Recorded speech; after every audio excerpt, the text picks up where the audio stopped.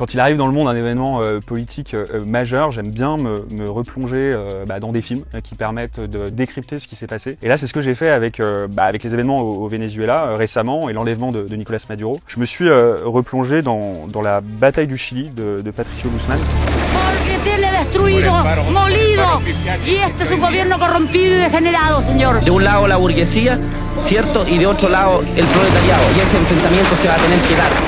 Qui est un documentaire qui raconte en 3 parties l'élection du président socialiste Salvador Allende, la tentative de mise en place d'un État socialiste au Chili, et puis comment Washington, voyant ce gouvernement et ses idées se mettre en place, y a vu une influence grandissante de Moscou et a décidé d'intervenir pour fragiliser ce gouvernement et amener petit à petit à sa chute et au coup d'État d'Augusto Pinochet. On est en temps réel, on voit les manifestations, on voit les discours d'Allende, une scène assez marquante d'un journaliste argentin qui se fait tirer dessus devant les caméras de Guzmán. C'est vraiment un film qui permet de vivre en temps réel la tentative de transition politique mise à mal par des forces obscures, des forces qui ne dépendent pas que de la politique intérieure de ce pays, mais d'une politique extérieure entre la volonté de Washington de libérer le peuple vénézuélien du dictateur Maduro et la volonté d'asseoir une force politique et économique dans ce territoire charnière qu'est le Chili. C'est difficile de savoir vraiment. Ce qui est certain, c'est que replonger dans la bataille de Chili de Patricio Guzmán, c'est se rendre compte que souvent, là où Washington considère voir des menaces extérieures, il y a surtout des intérêts économiques et politiques à aller chercher et à faire fructifier.